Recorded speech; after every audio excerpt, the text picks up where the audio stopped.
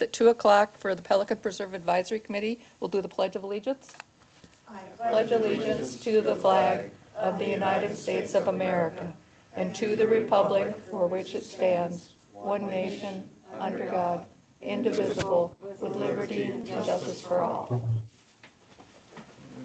Alrighty, let's do our, before I start anything, I'd like to, is Patricia? There and Patricia has a lot. Hello? Oh, it shows that she's online. There She's she is. there. Hello, Okay. Patricia. I would like to make a motion to allow both Patricia Zimmerman and John Barry to join us remotely with voting privileges due to extenuating circumstances. I'll second that motion. Okay, moved by Peggy, seconded by Doug. Good. Doug, Do I look like, sorry. oh, Tom. Neither one of us has much hair. I know, we're all flying on fumes here. All in favor? Aye. Any opposed? You guys are in. Lee Mantonfeld, present. I'll let you start running the meetings. So, I know you are. All right, Tom Shaner, present. Peggy Hall's here. Alexander present. Laura Leroy present. Online, John Barry and Patricia. Yep. Okay. Do we have any public comments I do today? not have anyone signed up for public Okay. comment. Is there anyone that would like to make a public comment? You got to fill out a paper. Yeah, but we'll let you fill that out after you want to talk, if you want to come up. Oh, you're Eugene? Shelton? Okay, would you like to come up and? If there was a letter that you guys have, if you could please give that to me, because I need that for the record. I know, that's why I'm.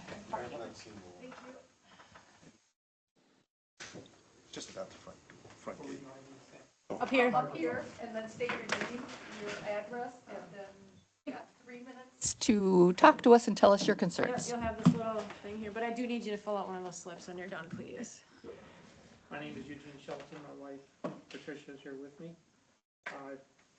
For some time, living in the community, it's very confusing on who manages what. So we have a friend that lives in one of the communities up the road that asked me who manages our landscaping in the front of our community. I said, I have no idea. I guess it's taken care of. So I got to checking it, and the more I checked, the worse it got. I couldn't figure it out. So I took a bunch of pictures for record, and I fired off a couple of letters to the board of directors for Pelican.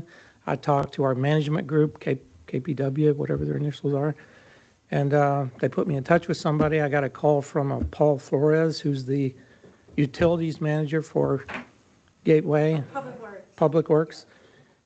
He sort of blew me off, basically, and that kind of got me in a bind there. To make it short, it looks really bad up front, and it's getting worse. What are we talking about? The front entrance, I call it the front door. When we lived up north, we took care of our yard, we cut the grass, we painted our front door, the porch looked nice. As people entered your house, it showed who you were as a community member. Obviously, we don't think very much of our community because our front door looks crappy. And I think what's happened is people just drive by it every day and assume that's normal. That to me is not normal, and that's why I took pictures. I'm a global quality engineer, and I just seen that's not your mission statement, but that's theirs. Spent 35 years traveling the world, building plants, managing quality, and everything I see is quality. Believe me, our front entrance is terrible. I'm not asking for a lot. I'm just trying to find out whose job it is to maintain that. And I keep getting the runaround. It's not our community. Shared it's responsibility, Gateway. and that's, I think, part of the issue, yeah. So somewhere we don't have that written down on whose responsibility it is, but I copied something off the internet that's 10 years old. When our community went bankrupt, it was said at that time, based on the Alliance Committee in our community, that Gateway assumed that responsibility, but it was based on our community paying Gateway to do that. So my question is, are we paying somebody and they're not doing their job on maintaining our front door? That's kind of all I wanted to bring up to get people's attention, at the very least, on why we can't at least maintain the very small existence of a front entrance that we have. We really appreciate your coming here and talking to us. I think we've all on this committee acknowledged that there's lack in the front, and we are working towards a longer-term solution, which is why I invited you to come so you could hear and see the design thoughts that we're having. But the immediate things that need to happen, we need to figure out what can be done. And I looked through your letter, and we'll have to be having some conversations, because, yeah. But to his question, correct me if I'm wrong, outside of the front gate is managed by Gateway? No, by everything? Ed's got all of Ed the, knows all the GIS see, stuff. it depends on which side of the street you're standing on. Basically, from the right turn lane down by where the right turn lane starts, just north of the fire station, to Colonial Boulevard, outside the fence, that is PPAC Landscape Committee that maintains that, up to basically the gatehouse and that. So that's all from basically. But that's the Gateway. gatehouse Yeah, house. that's Gateway. That's Gateway. Gateway. South of the turn lane, though, on Tree Line is Community Association. So But going let's- down to but- the but fire. the Let's front come in- let's entrance- turn into be facing the gate. That's what I think Eugene's asking. That Come that in, immediate area is landscape, PPAC Landscape Committee. which is under Gateway. Right. That's all. Yeah, once you turn off. I've noticed, I've done some driving around, because it's just my nature. I'm an engineer. I have an environmental background, building background, and when I understand from talking to Carol at Gateway, before Carol. tree line was ever cut through, our entrance was on Colonial. And if you drive up there and look right now, there's two big monuments that say Pelican Preserve. It looks beautiful, and there used to be water at the bottom of it at one time, apparently. And those parcels are for sale. Yeah, so I'm not sure if we live in a shopping center or if we live in a community, because if you drive up Colonial, you'll think we own part of the shopping center or something. So, The Okay, shopping so when they- centers are part of the development. so when they cut through tree line, they didn't distinguish our community off of Colonial. Right.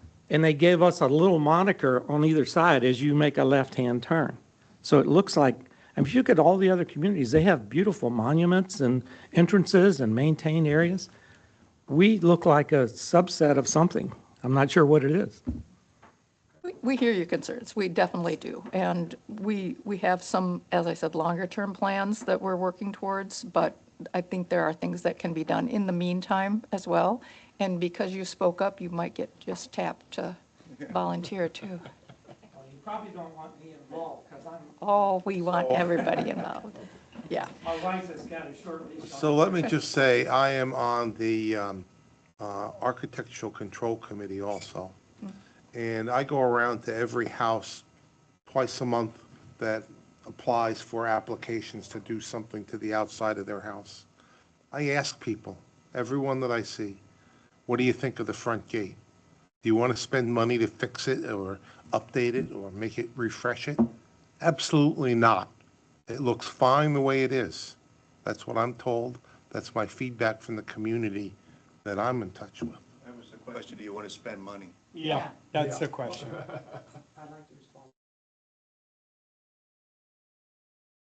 Whether it's a marriage or a business or whatever, if you can't communicate something effectively, the answer you get may not be what you really need. It's not what you're looking for. And as far as the front gate goes, how many people know we pay an ad valorem fee to Gateway to manage our front gate? Probably not too many people. So are we getting value for the ad valorem fee that we're paying for that management service?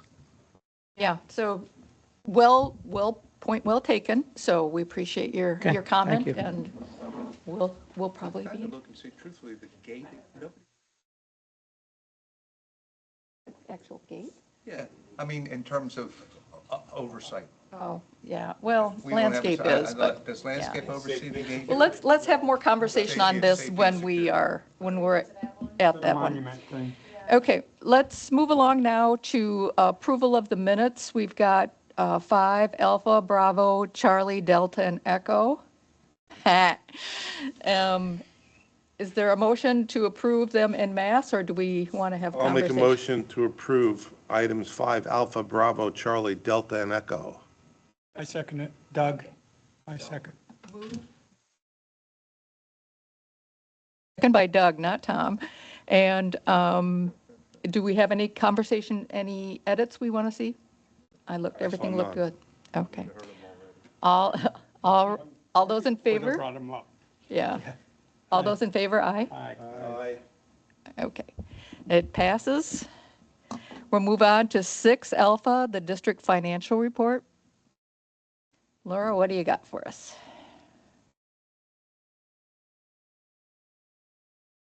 I actually have July's, I think, but I didn't link to. Up for you, just a minute. So if you have July, that means just 2 months left Yes, in we're the very fiscal close. year. So Yep. that's something for us to, October to June. okay, so this is through June that you've got up right now. Yeah, there's July, July's. okay. 10 months, correct. Okay. So you got 2 months left and you got 35% of your budget remaining overall, so that's not We're in bad. good shape there. How much of that though is inflated a little because of the ponds? Wasn't the budget in there that we're going to get from reserves to, so a certain amount of that extra money is actually, Yeah, there's a Not big, there. a big chunk of this right here what is that, it, 300 or well, they, 350? right now it shows, it would be 300, 300, so Yeah. instead of that number, it's 300 less, really. correct. 400, because there was supposed to be $100,000 Oh, yeah, for right. streets, so Okay. that won't be need. I guess the point with this, and looking at it last night after we saw that, we won't have, neither one of the committees will actually have to borrow funds from reserves. Correct. And we're still in good shape. So, and we need to thank the open positions and staff for the, being significantly under budget, I guess. I assume it's open positions, why we didn't Some of that, yeah. largely payrolled when I looked at it, so. Right, good. And you. any questions on the financial report? The only point, I guess, safety and security, it's over, the budget was created assuming that 115 last year on the streetlights for the removal. We need to pull that didn't get, forward. that came into this year. So Yes. that's why it's over, but they've got large amounts of Yeah, we're carry in forward. good shape We're in of good carry shape there. forward. We normally wait until the end of the year instead of doing it. You definitely have that to pull forward into this year. It just, that hasn't been done yet. All right, nothing else on financial report. We're going to move down to the subcommittee updates, starting with 7 Alpha, the ponds. We have Jim Latham here. And, So we have 2 people to approve? Yeah. I'm sorry, you're right. I skipped right over that. I was just so excited to get into the other ones. Latham's not Okay, approved. yeah, that's right. We better approve him. We've got 2 people that their terms are up for renewal, Louis Lemare and then Jim Latham, and hardly endorsed both of them. I would move for appointment of Lou Lemire and Jim Latham to the Ponds Committee for another term. Second? Okay, movement by Tom, second by Marty. Did you have a comment? No, she keeps joining and dropping and joining and dropping. Oh, she's and got it's bad causing- connection, It's I causing bet. feedback. Yeah, okay. Any other commentary? No, okay. All those in favor, vote aye. Aye. Tom, Marty second. And unanimous approval. So now we can get into the ponds update.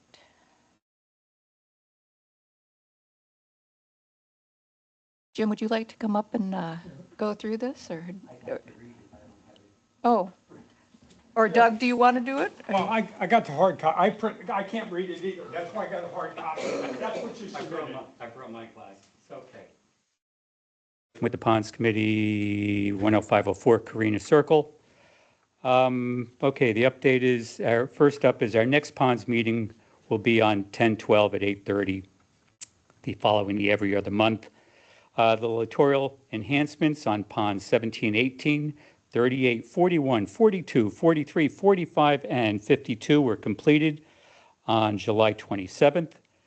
While reviewing the recently installed drainage system behind Ravenna, the condos, we discovered some severe bank erosion in a number of areas. We're probably going to be adding that onto our bank restoration project for the following year, 2028. Let's see, we completed the downspout drainage system with the feed into Pond 49 at Casella. There had been a lot of bank erosion. This is the only building in Casella that is at the end of the street on the right side that borders a pond. So it falls within the parameters of the downspout drain initiative. By attaching it to the downspouts, we do prevent a lot of the runoff, which was creating a major erosion issue over there. But that's all been resolved. I'll be monitoring it and work with Copeland if there's any follow-ups, touching on it. With the heavy rain season we have now, before grass all takes root, anything can happen. So, but I'll keep an eye on it, and Scott has already said that if anything comes up, he'll be right out there to fix it. Let's see, discovered 5 houses in Bellagio that were inadvertently skipped under the downspout drain initiative a few years ago. There had been a partial done that was done as part of a bank restoration before the downspout initiative was begun. So there is a drain box and the drains going out into the pond from the LME, but it was never hooked up into the house drain system. So there is still a lot of, and it is a wide backyard, so to speak. So there is a bit of water that is bypassing the drain system. And we feel that this should be done. It'll bring it up to be common with the rest of Bellagio and the standards that we're using in the rest of the community. So we received a quote from Copeland, and we're going to work to have this in our next budget year under our existing budget for the downspout initiative. So this is not something that falls outside of our current budget process. We're in the planning phase of storm drain inspections for 2027.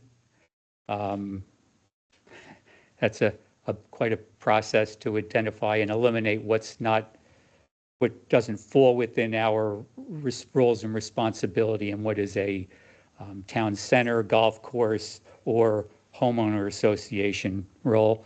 I'm working with Scott over there to get all that nailed down. And the last up, we will be reviewing the wood bridges and boardwalk. We have a number of top rails that have been warping.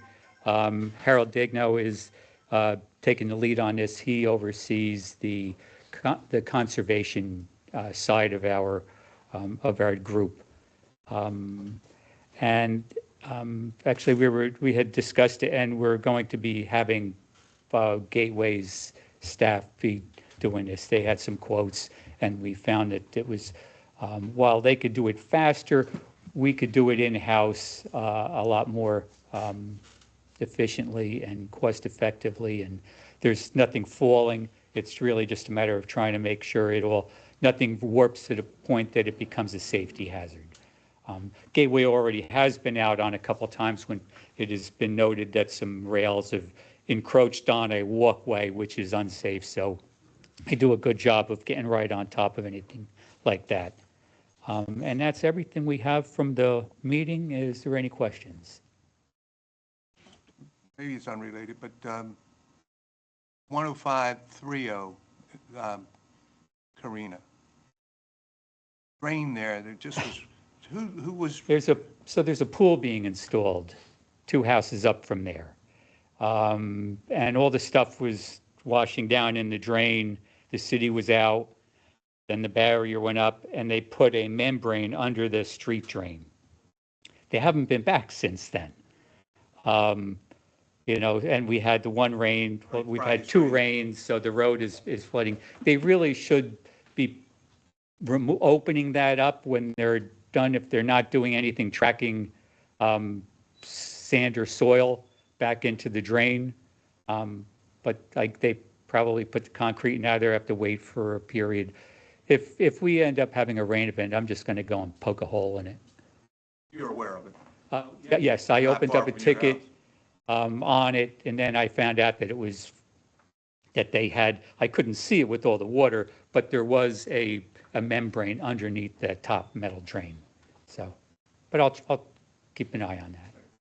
I think all the people right in front are all away, so, which, Oh. so I haven't heard about it too much locally. Ponds are looking good, though. Yeah, the It's, ponds are nice it's and always full. nice Good job to getting see them them. filled up. Yeah, good job with the I rain. know somebody. Don't push it up a little bit. I was just going to mention that also reviewed the pond standard and the pond subcommittee roles and responsibilities at the.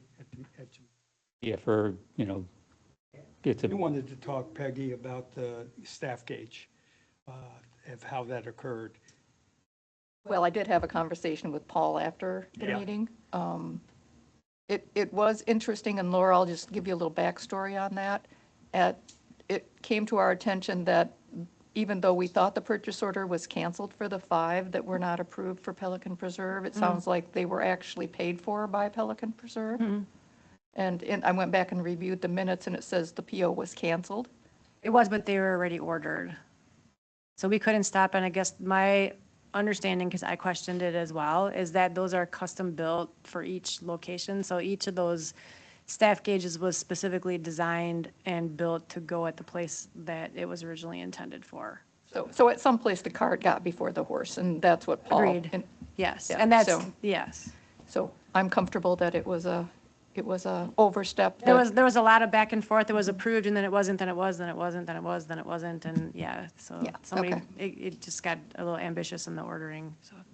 So if Gateway wants to pay out of the 01 budget to install them in our communities, I don't think any of us would. Well, this one they did, so yeah. There was no expense. You paid for the staff gauge, we paid to put it in, so yeah. any other Good job. questions? Okay. Okay, safety and security. I figured I asked Mark to come in since roads are safety and security, and you could ask your questions during this part, so. Okay. Safety and security, let's move on to, yes, Ed, if you wouldn't mind taking point. Okay, Jay couldn't be here because he has a doctor's appointment, but they actually canceled the August meeting. That's last, they're not going to have a meeting in August, but he's going in.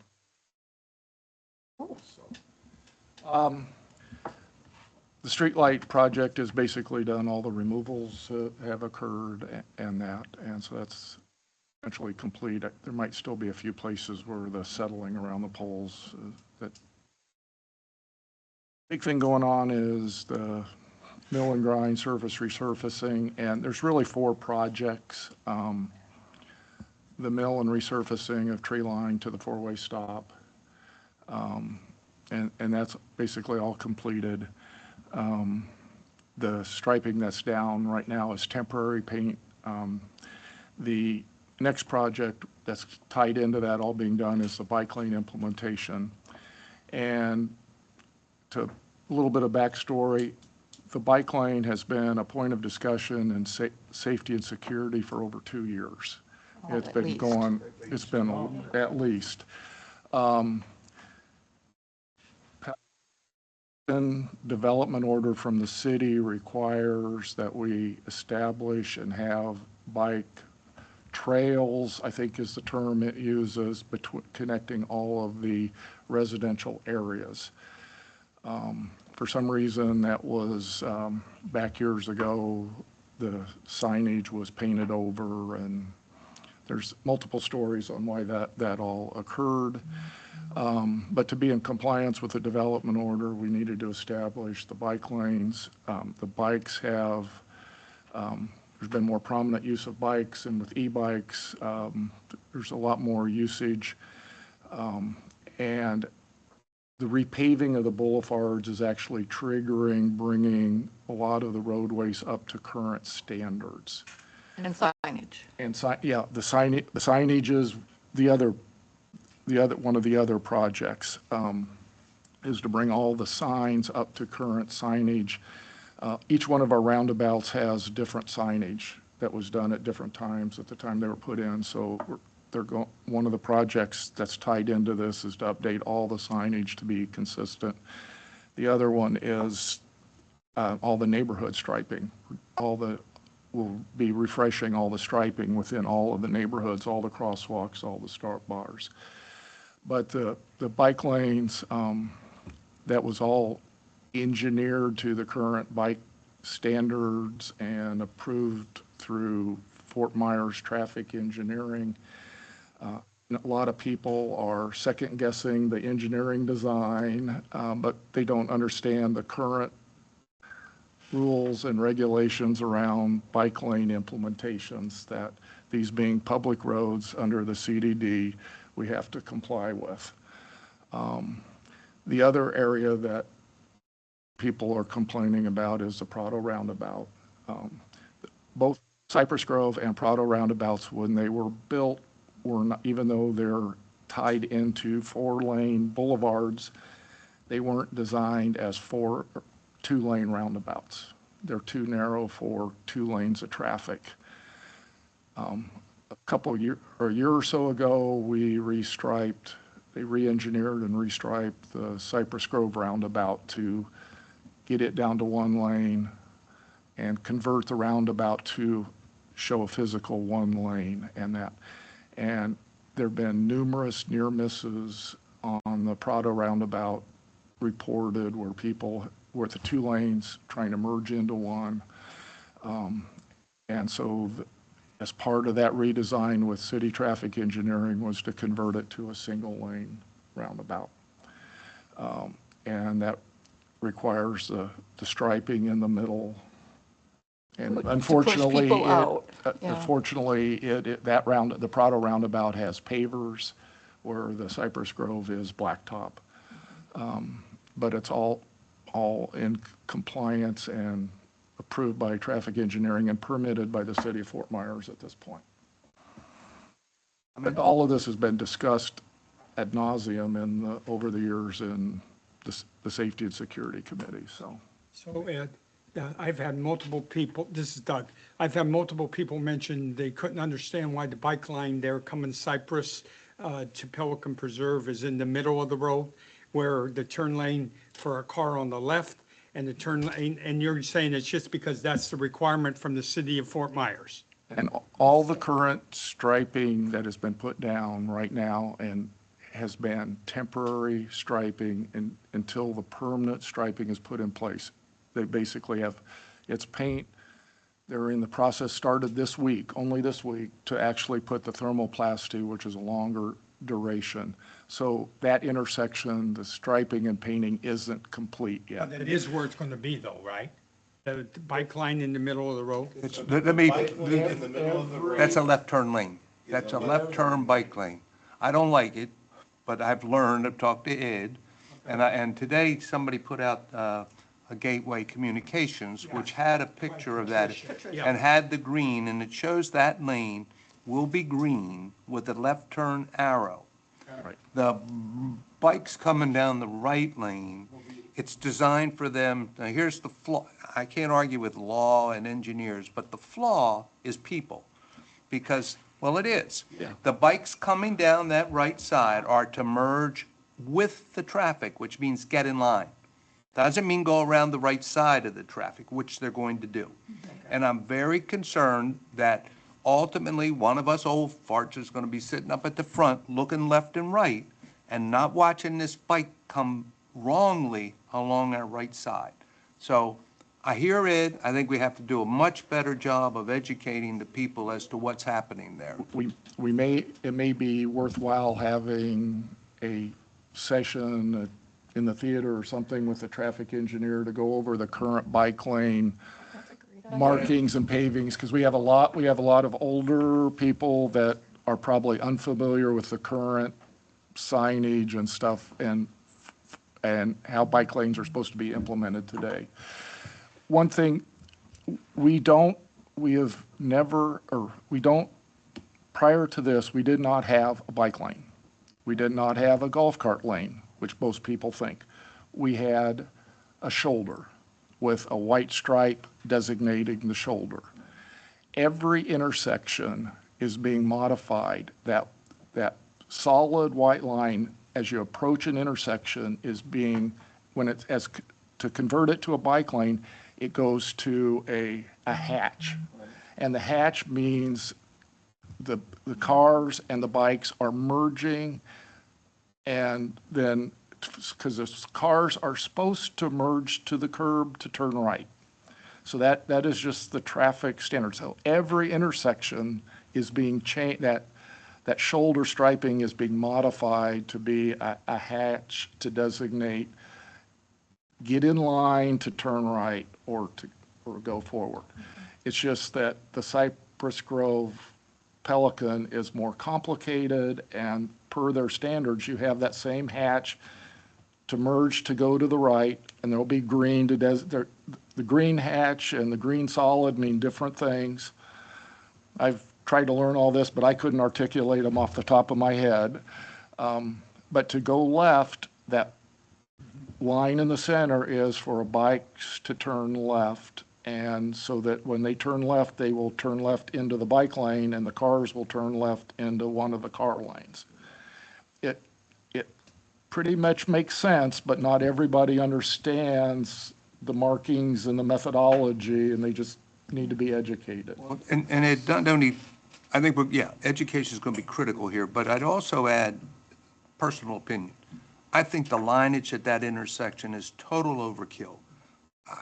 3 screaming word only on both lanes, 3 giant arrows on both lanes, and then you go out to a major intersection on the tree line, you have 1 arrow and no onlys.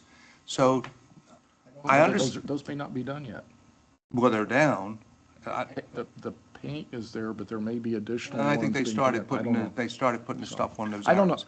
I just think that, I don't know how if we can, but it seems to me that a lot of the objections, not understanding the flow is one thing, and I think we can do an education thing on that. But all of the lineage and arrows and screaming onlys just seems to be overkill. And if there's some way we could simply take that down to 1 arrow in each lane and 1 only in each lane, I think it would help somewhat with alleviating people's problems of aesthetics. But it's hard to look at all of this, fully understanding what you said in the laws, and it is public road. But you also have to look at it, it's a 2,500 home community. It's not a major highway, and all of this line is just seems to be overkill. And going to the other question, I think we need to, I heard you, when we looked at this design, I asked questions about the Prado, and I fully understood the merging into 1 lane. Made perfect sense on what's happening at that intersection. At no time do I feel I was ever shown a circle going around that circle. So the people of Prado, and I'm a person of Prado, object to that circle having lines, and I'd like to figure out how do we do this without putting that circle, putting white lines on their pavers. And I think that is important. I will second that. This is Marty. Because when we discussed bringing that Prado down to 1 lane to enter that circle so the cars would not have to merge within the circle, there was no discussion about any striping on the circle. I've gone to all the meetings for safety and security. No, that is the engineering firm that's designing things and the city of Fort Myers Traffic Department approval process. It's not what safety and security decided to do. It's like, what does traffic engineering and the city of Fort Myers Traffic Department require to do that? It's not up to us. It's not up to the Safety and Security Committee. If we want it to go down to 1 lane for safety reasons, then striping, which we did put striping around the one by Casella, Right. Carina.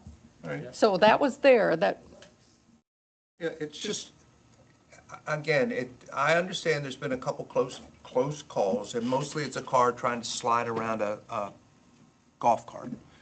See it all the time. So the merging into one lane is going to be, in my opinion, going to be effective. It's going to really help reduce that problem.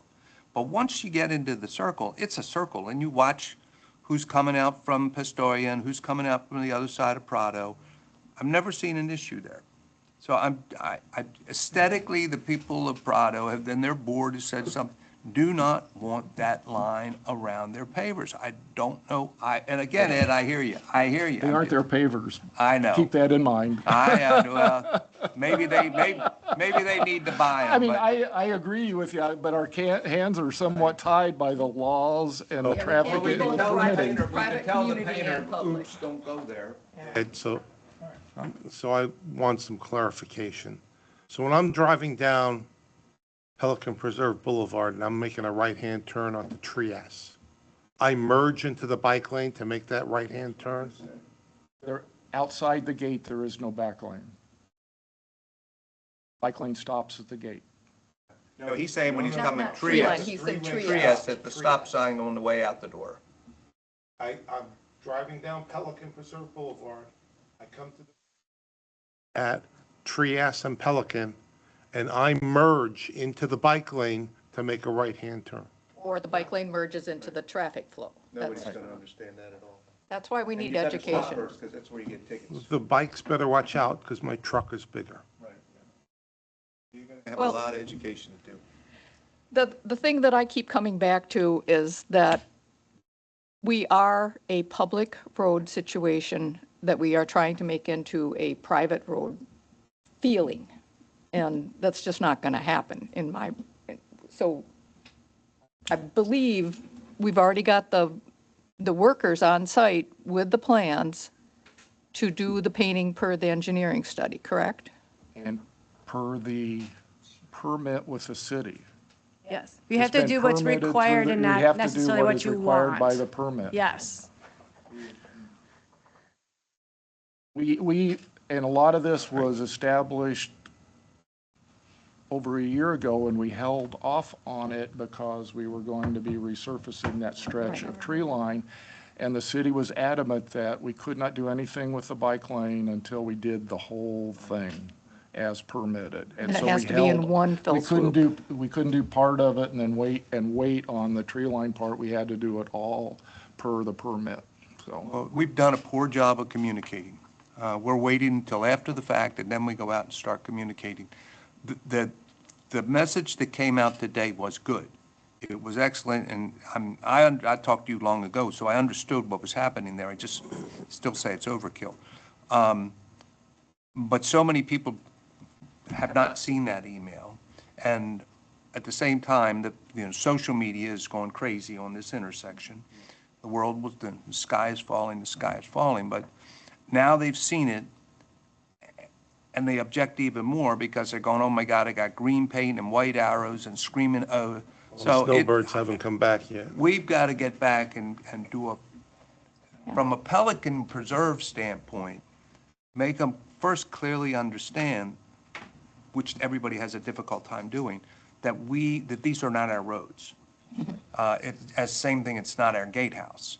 But by doing that and explaining that this is law, you and I have argued that in the mornings with people who come by. This is law. We've got to do it. I still don't like the law as it relates to the circle, but that's I don't think anybody likes it. I think that's a fair thing. All of Yep. us would prefer aesthetics, but we have to comply. There's nothing wrong with the people of Prado going at it like sandpaper. I will see nothing, say nothing, and do nothing, yeah. But what I will do is, I have a note here. We're going to take ownership of an education session at the town center, and maybe I'll work, Perry, with you. And Patricia gets, because she does a great job. She does an excellent If you just job. focus on this one thing. And to Yep. get somebody from the city traffic that can I like explain that, the yeah. bike rules of the road and. So this is Marty. As long as we're on safety and security, can we have an update on the repairs to the guardhouse? Yes, I don't have one any more than what's in there. CC does. CC knows it all. Well, I have live stuff as of this morning, so, There's a little bit in the yeah, write-up here. none of that really has changed. We've only got one person to come in so far to bid on it. I did get some information back from the insurance company for the company that hit the gatehouse. They offered us a little over $7,000 to do the repairs. The estimate that we got from one company was $34,000 repairs. We think the insurance is a little low and that's a little high, so Mark is working diligently to try and get at least one or two other people to come out and look at it. Like he's asked 9 different companies and we've only had one come to look at it.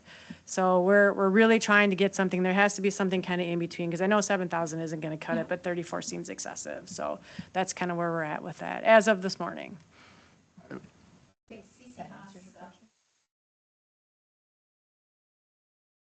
To the bike lanes and things, when that training does occur, I think you got to also address that they shouldn't be riding bikes on the sidewalk, because they may say, I don't want to deal with that, I'll just go on the sidewalk. I'm just thinking that should be included as well. Florida law, I believe, says that if you have a bike lane, you must use the bike lane. But if you don't have it, you are allowed on the sidewalks. So it's,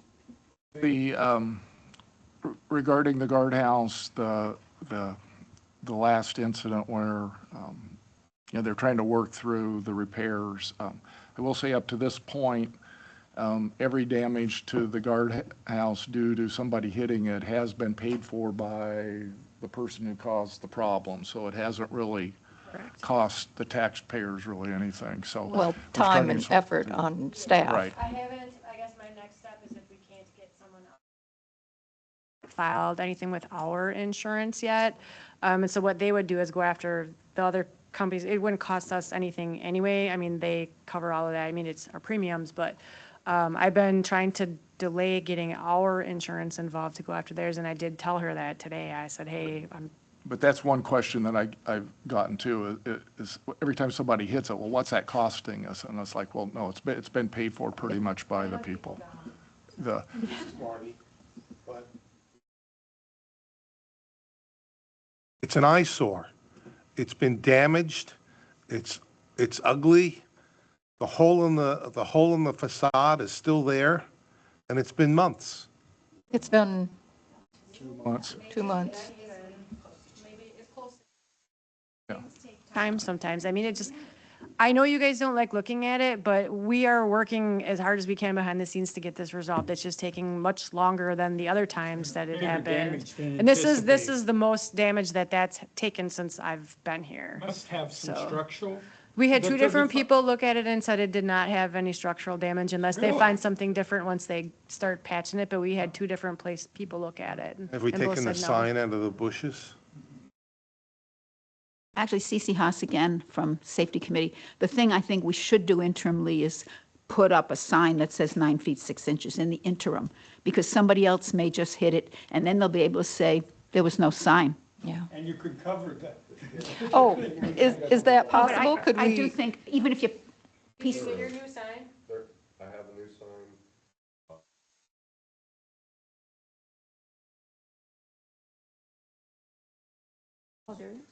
On the right-hand side, there is a sign says all trucks must use right lane. Yes, we went and verified that last week, so. Nobody sees it. Yeah. but is it Okay, I possible just- to temporarily put up the big sign? little CYA, just to have it visible when you drive in. Are we able to mount the sign with the damage to the guardhouse?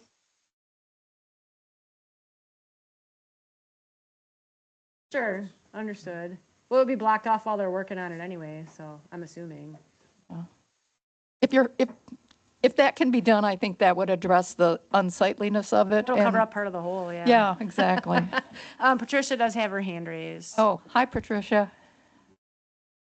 You have to unmute yourself. She's talking, but I can't hear because she's Oh, muted. unmute yourself. I can't if unmute she- you. Patricia, you're muted. We can't hear you. She's still talking, and then I can't hear her. Well, while she's Okay. trying to unmute herself, the other thing going on at the front gate is there are a lot of electrical boxes and things like that that they are working on to rework to get them at grade level rather than sticking up and that. So that will improve some of the unsightliness of some of those boxes that have been there for years. And they're taking out some of the old unused cabling? I think they just, It depends on whether, hard to tell whether it's being used or not, and one of the things that they're also looking at is where the gate is for the resident gate, possibly moving that forward.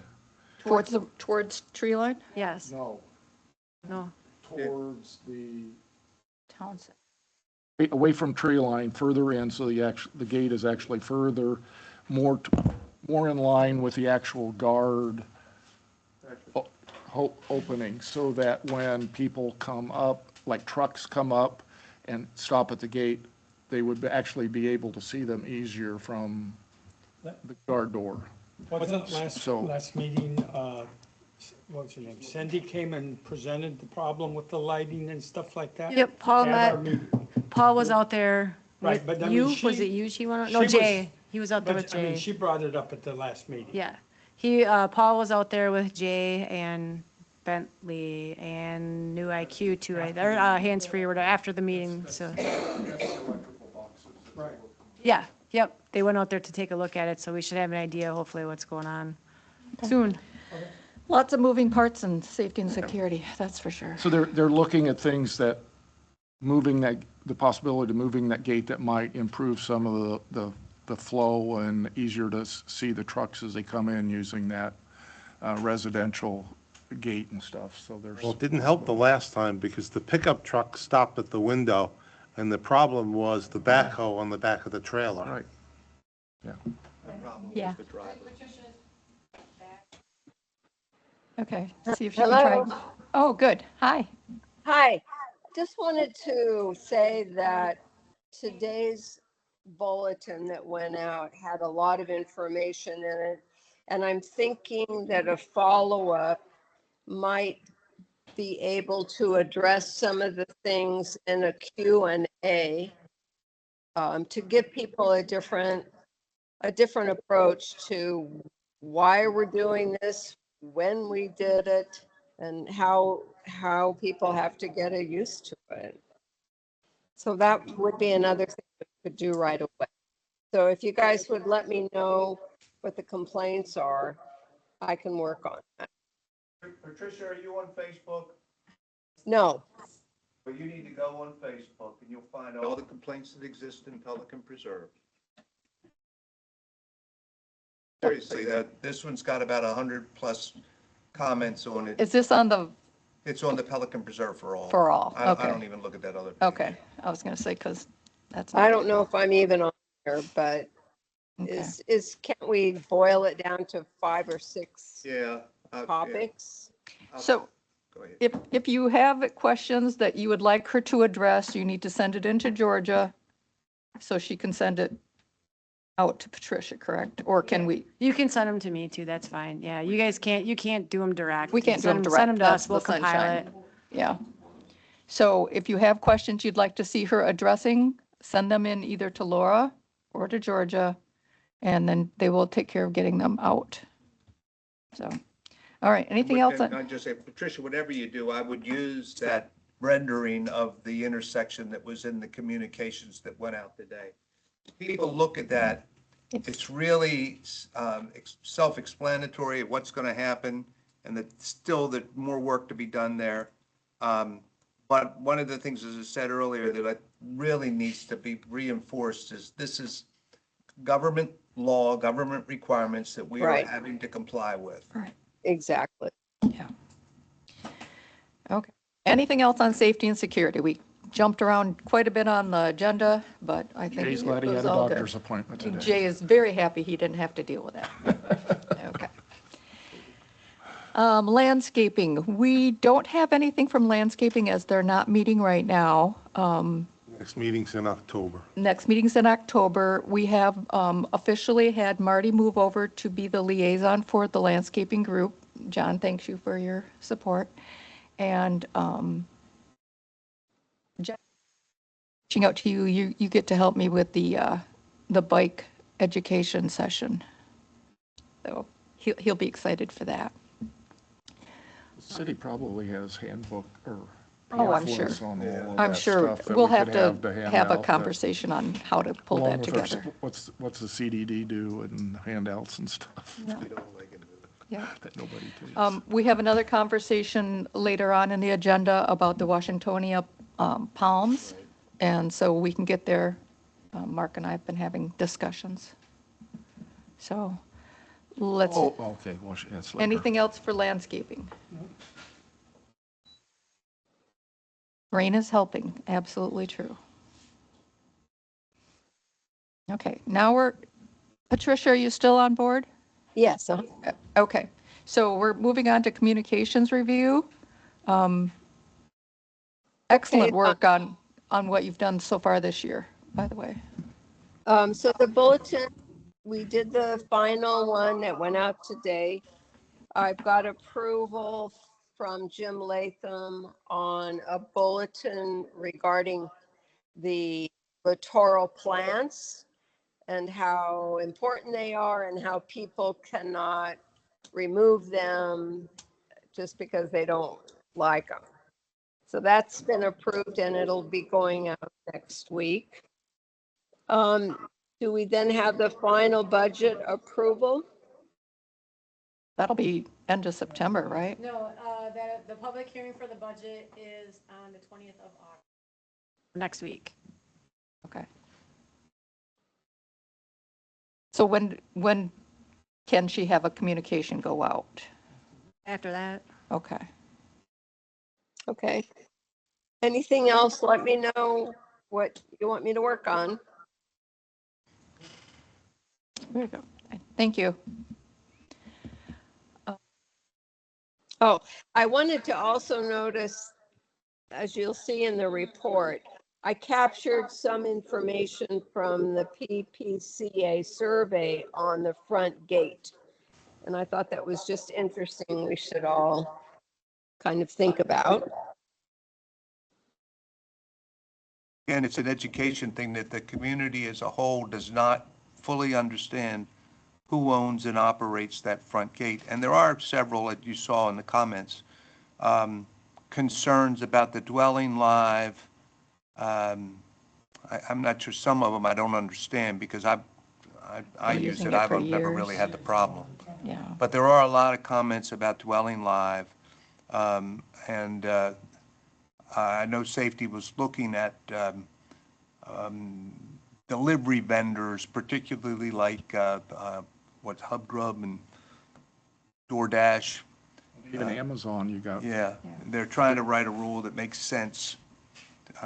Because if you write it wrong, you got to check every UPS truck that comes in. But and you got it there, Patricia. There's a lot of misinformation and a misunderstanding about the front gate. And again, if we can try to reinforce the reality of who operates it, not poking fingers, just this is where you go when you have the problem. Absolutely. And the discussion about landscape around the front gate and on up to, Tree Line and Colonial. I mean, that whole thing could probably be a bulletin to explain all that. It will be. When we Well- talk in a minute on the potential for new monuments. There's going to be a lot of communication. Right. Yeah. But nothing directed at you at this point. Okay. Okay? You're off the hook for today. Yeah, for today. All right, let's move along then. We've got, And Bill Prezy is online. He is the landscape architect who designed these wonderful plans. okay? I'm here, guys. All right. You just tell me where you want to start. Oh, right here probably be real good. Just let everybody know the nature. I guess refresh everybody with the nature of the scope of this exercise.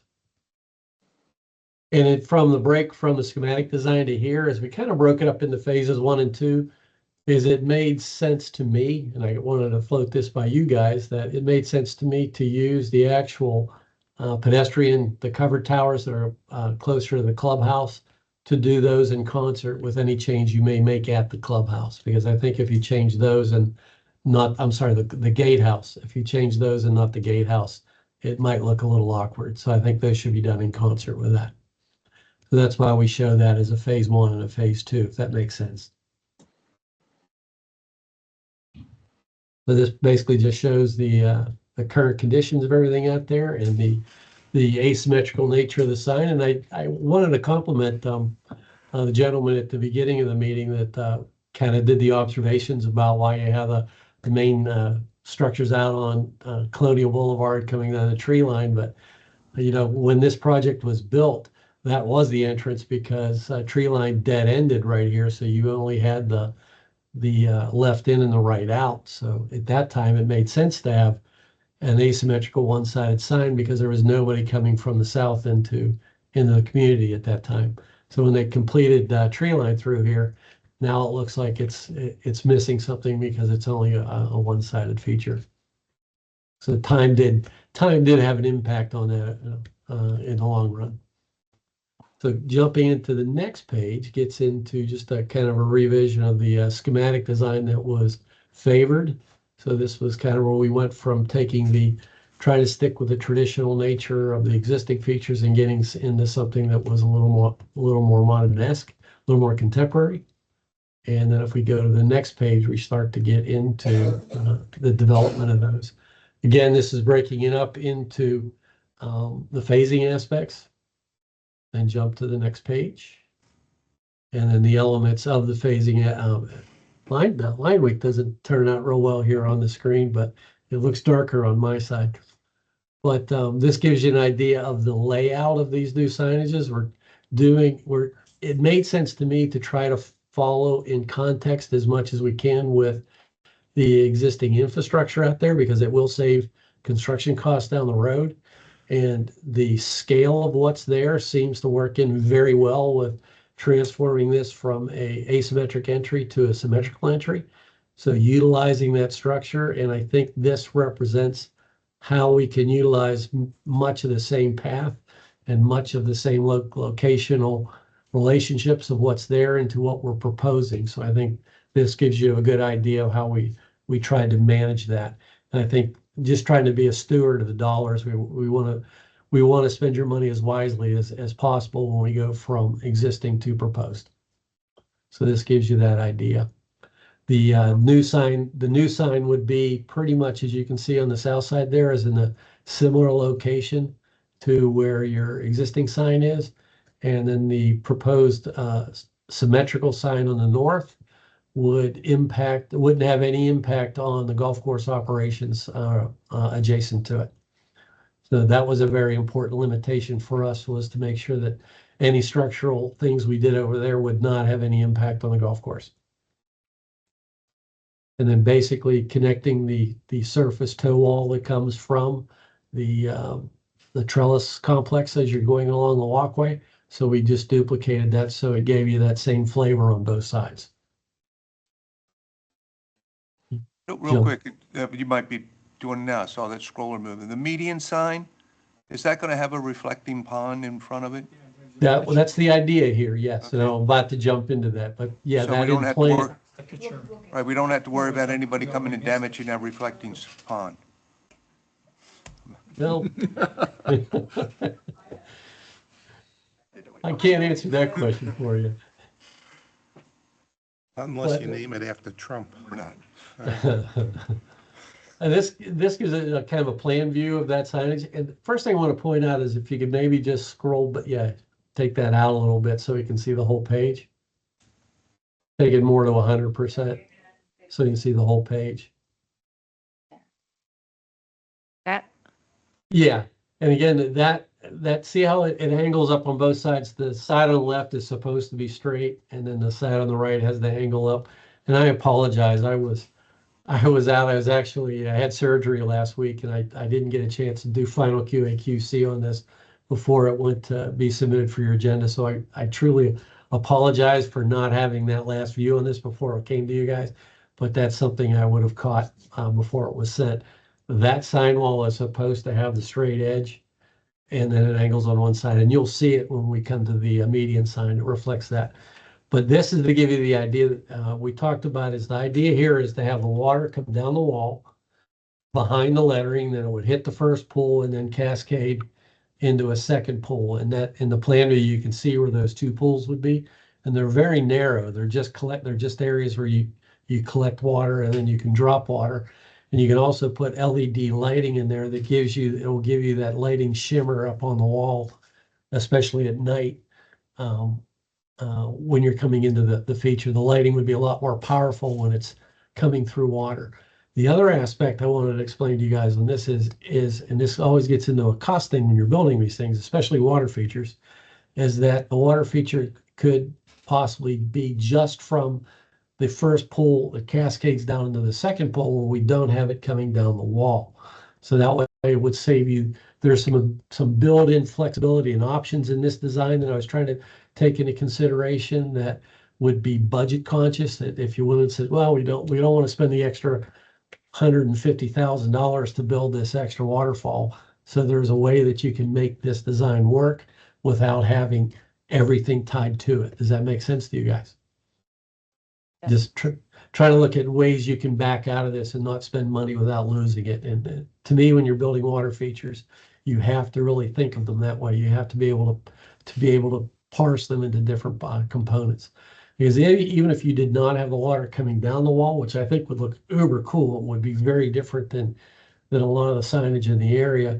If you just had the water in the reflecting pool below it and then falling down once, you can still have the lighting in the water, and the shimmer from the water would reflect up on the sign wall. So you'd still get that effect by just having the water at the lower point. So there is some built-in flexibility with the waterfall operation in this. So I just wanted to point that out as you go through these. So the idea here again was to take in those ideas, was to kind of use a more indigenous material like a coquina rock versus the kind of Mediterranean stucco here. Stucco and tile, we're getting a little more into a native, more indigenous feel here. And that's where the stacking of columns comes from to make it look a little more natural.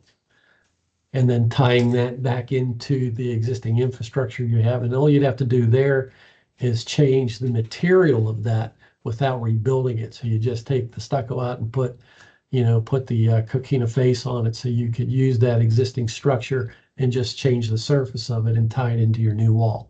So I'm trying to get some mileage out of what you already have in place without tearing it down and starting all over again. So that's Bill, if I'm reading this correctly, we would have flexibility on those wing walls to bring those in if we needed to shorten them up. You could shorten them up. You could expand them. Again, this is a design development level, so it's really, you could, if you wanted to, you could expand them out a little wider to give that sign a little more meat, a little more kind of on the presence on the road, or you could take them down and make them a little more condensed and then use landscaping as an element to stretch it. And that's another thing I really wanted to add here. You're going to notice we go through this. I didn't add landscaping into this presentation for one primary reason, is that number one, I think landscaping is what's going to make this shine at the end of the day, is really how this is landscaped is going to really be the most important factor of it. And with that said, I think it's a lot easier for you as a group, and especially as a committee that might be showing this to homeowners associations, it'd be a little easier to focus on the structure of it, knowing that landscape is going to come in and complement it. And I hope that's understood and you would agree with the rationale. It's the only reason why I didn't put landscaping into this presentation. But if you think it's important and that it's vital to do so, I'd be more than happy to add it. So to answer your my long-winded answer to your question, yes. Yes. There's definite flexibility into doing that. Yes. Okay, thank you. So if we go to the next one, again, this would be on both sides. This is a little more of a 3D view of it. Again, that the angle on the left would be straight, then it would kind of launch to the right to go up. And then we added the circular element in there to kind of give homage to the Mediterranean nature of what exists, so it doesn't, so we don't basically create a pink elephant out at your entry where it doesn't relate to anything that's currently inside the project. It still has a little bit of a Mediterranean feel to it. And we felt that that circular item really worked in well with the logo, so it kind of emphasizes the Pelican portion of your logo. So that's why that is there and put in the way it is. And if you step to the next one, we're starting to get down towards it. And that sign gives you a better idea of how the main sign is intended to be, where it is straight on one side and has a slight angle on the other. I think it works, it reads a little better this way, in my opinion. And then this one is the same concept. You could, as they have the water coming down the face of the wall behind the lettering. So the lettering would be raised down, the water would come down behind the lettering, and it would hit, and then it would fall down into the reflecting pool. And again, that could be transposed where the water just comes from an elevated basin area by the sign and just falls down into the reflecting pool. And actually, then a third option could be you didn't have any waterfall and you just had the reflecting pool. So there's a lot of different ways you can break this down into different components if it was decided to do so. And then the other side of it is, if you don't like the reflecting pool, you could take the reflecting pool out. But in my opinion, I thought from a visual standpoint, it gives a lot more power to the entrance, because the entrance to Pelican Preserve is very wide. You don't get that kind of luxury where you're driving into communities that have this kind of an open entryway, especially when you come in and you can see the expanse of the water and the lake to the golf course side, and even the lake before you get into the multifamily side on the south side. So to me, it was to give a lot more power, that visual power going into the community by having that reflecting pool. And that's the reason that's there. That kind of sums up the three primary elements. And then we can go, if you go another page, we jump into, that gives you the kind of the 3D idea of it. And then the trellis element in there is also to bring in the trellis elements that you have throughout the community, is to kind of reflect that, bringing that in, some of the architectural language there to carry that back through. So you're not losing a lot of the architectural language that you already have throughout the community. And I think in my mind, I think these are, instead of being built out of wood, these would be built out of aluminum to give you a lot better long-term maintenance. It's a lot easier to maintain aluminum over time than it is wood, especially in Florida. So if Now, we in go that view right there, that reflecting pool looks about half the size. It is, and again, I didn't catch this because I wasn't here. That should have been stretched out of the visual scene. And you're right, that isn't correct, because that reflecting pool should be twice that long. It would be much longer than that. Or not. Or not, exactly. And it really comes down to what the collective feel is that you guys feel from a design perspective. That's the beauty of art, is it's truly in the eye of the beholder, and it's a collective idea. How you guys collectively feel this best represents the community is how it should reflect in the final design. Okay. And then this is basically taking the pedestrian, the little colonnade coming in. I think that's a very powerful element there, and that's leaving it structurally intact, and then just basically reskinning it with the components that tie to the materials of the main sign, and then replacing the wood trellis with an aluminum trellis. So it just gives you get 25 years out of it without replacing it. Maybe even longer than that, because the wood on it right now looks pretty good. It's painted. It's been poly patched pretty well, but it's probably getting time. You're gonna have some issues with the current state of the wood on there.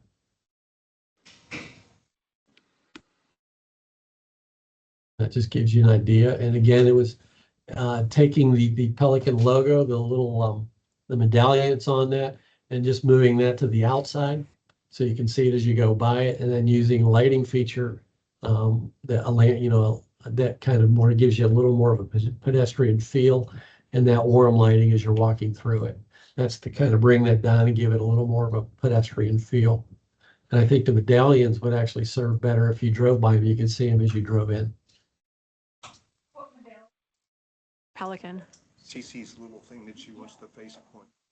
And I think Bird that, Pelican. Got it, okay. and this is the kind of how we carry the language back to this element. And then going from a tile roof and going maybe to possibly to metal. You know, you could bring that in without changing things. They even make metal roofs now that look like barrel tile. So there's a lot of different ways to approach that. But again, I think it's best to anything that would be done here that would change the architectural language of this, the expression of it, would be to do it in concert with any changes you did at the gatehouse. Because right now they're very architecturally tied together. I think if you did one and not the other, obviously, I think it would look a little out of place. This is Marty.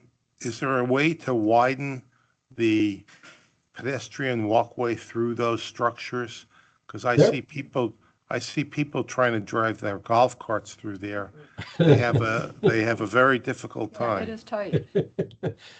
I think that one can be widened a little bit, but the colonnade that has the trellis on it, you can see the sidewalks right to the column structure, so there's no way to widen those. But I don't think anybody in a golf course should be going past those anyway. Because if you're going out there, you're entering the public realm, and you should have a golf They should be cart. on the road. It has everything it needs to be legally on the road. No, they come out on the sidewalk. Up to, on the multi-use path going up to Walgreens. That's quite frequent that people will either be on their bikes or on a golf cart. And once they leave the gatehouse, they don't want to be on the road. So they get up on the sidewalk and cut through there. Well, maybe there ought to be some infrastructure built that allows them to get off the road and onto that multi-use path. That's probably what would make sense.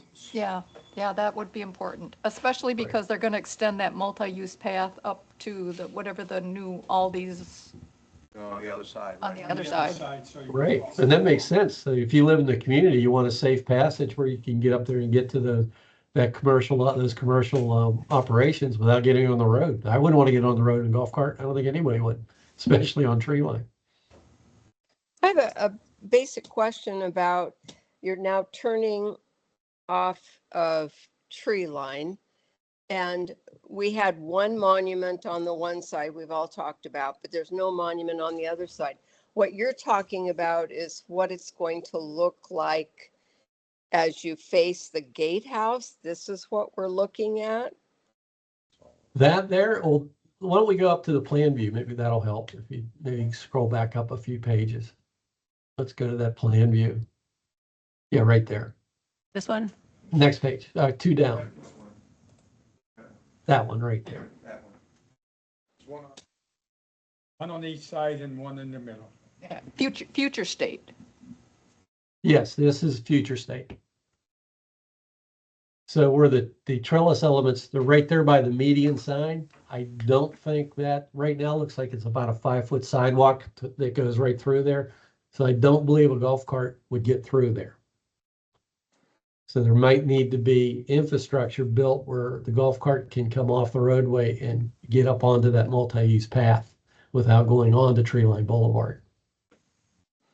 But I don't think they could get through it because that right now, if you go to, you can even jump into the photos there. With the way it's existing, the sidewalk is pretty much right to the base of each column. You can get through, you just got to pull your side mirrors in. Yeah. Yeah, it's tight. Yep, right there. It's tight. It is very tight. It'll be even tighter with the Right. columnar base. They should, but Yeah. they shouldn't be in They there should be on the anyway. road. They should be Yeah. on the road. They shouldn't be on the sidewalk. Right, All right. all right. Okay. And that might be 6 feet wide, but that would be pretty tight in a golf cart. There is no doubt about it. Especially I the think- newer ones. Yeah, I think to Patricia's question, what's on the screen now is the structure that's kind of right on either side of the gatehouse. On the Correct. There's sidewalk. 2 of them and they're up in the area. That's where I was talking about earlier, is breaking this into phase 1 and phase 2. This element would fall into the phase 2 part because it's right adjacent to the gatehouse. The trellis Yeah. part is outside there.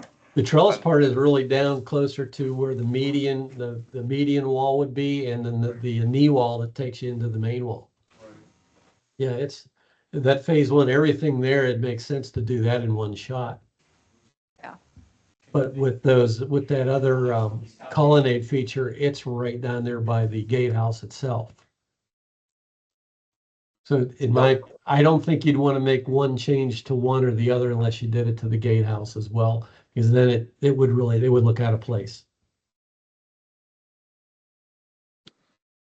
Because the gatehouse has a lot of the more of a Mediterranean feel to it. Right. So again, That's my coming off problem of with it. tree line, either direction, I mean, we have that one monument on one corner and nothing on the other corner, right? Correct. Currently So correct. What is, and we're not addressing that. We're only putting something new in the middle, No. The, right? the entire plan is to put a matching symmetrical sign on both sides of the road. Because currently you only have a one-sided asymmetrical entry.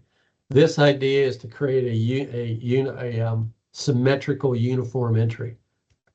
There's Okay, one, Because There's right one now, here. if you're coming from the south on Yeah. tree line to take a right into Pelican Preserve, you don't really even see your sign until you're on it or past it. right, right. So So what you're having talking, having what the you're sign on the north side, you'll be able to see, when you're coming up tree line, you'll see it, 1,000 yards away. Well, maybe not 1,000 yards, but 300-400 yards. Did that answer your question, Patricia? no, because I'm not sure what's that going to look like? Is it going to look like the one that currently exists? No, it's gonna, No, We're No. changing both. right. Correct. Okay, It's gonna look like the one that we were just talking about in there. Okay. They'll be the same, they'll be symmetrical. The same, yeah, they'll have the same feel That's- to them. okay, all right. And then the one that's coming in is asymmetrical. No, what exists is asymmetrical. What's being proposed will be symmetrical. The one So- that has the waterfall on it, the one that has the water feature? They all do. All three have one. Oh, okay. Right. All of them are going to have Right water now, all features. three have waterfalls. Okay. Right. All right. And they can be a waterfall from the sign, they can be a waterfall just from the basin, or they can be no waterfall at all. And the one that has the flagpoles behind it, correct? That's in the median. And that's asymmetrical. It No, has one that side stands is alone. up. No, that stands alone because it's in the median. Can you look at the picture there? I'm just curious. She wants the one where the timbers are at the top and She's talking about the design. where you- Yeah. That one. Where the one That's, that's there that, right there. that's, That's what she's talking about. that's the asymmetrical. in the design. so that's in the It's the middle. only way you can do it. right. That's in the middle. However, the style, the form, and everything about it relates to it. So they all three fit together Right. when you. Right. So when you come in, your eye will focus on this because that's now what you're seeing straight ahead as you come in. Right. So this one has a little more detail to it. And this one probably, if any of them had a waterfall, this would be probably the most important one to have a water feature, because you'll see and you'll feel it, and you'll actually hear it as you drive by it. So if, the idea, if you have waterfalls on all three elements, great. Or if you just wanted to take it Yeah. down and just focus it on one, I would focus it on this one.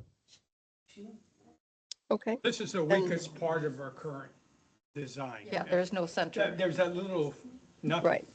Yeah. Yeah, well, what's there right now is, it's nice. At least you have something there.